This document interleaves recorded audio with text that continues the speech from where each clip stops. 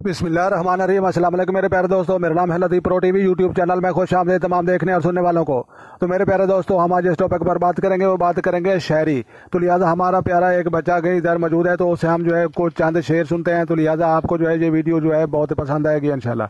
तो लो मेरे प्यारे बेटा अपना शेर सुनाए।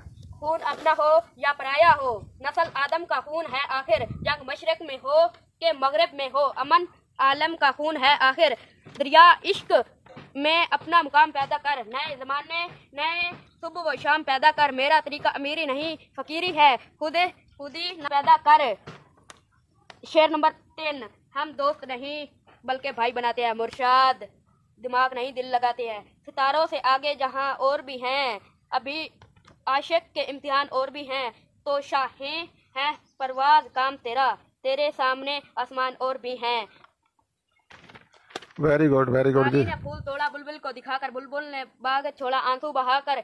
दिल लगाया था दिल लगी के लिए, रोक बन गया जिंदगी के लिए। वेरी गुड बेटा, वेरी गुड।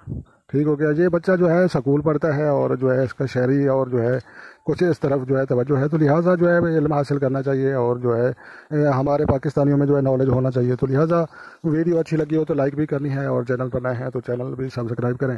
तो लिहाजा इधर देख बेटा, तो लिहाजा मिलते हैं किसी नेक्स्ट वीडियो में। तो तब तक देखने और सुनने वालों को मेरी तरफ से और मेरा बेटा मोहम्मद अस्कर की तरफ से अस्सलामु अलैकुम व रहमतुल्लाह हो जनाब।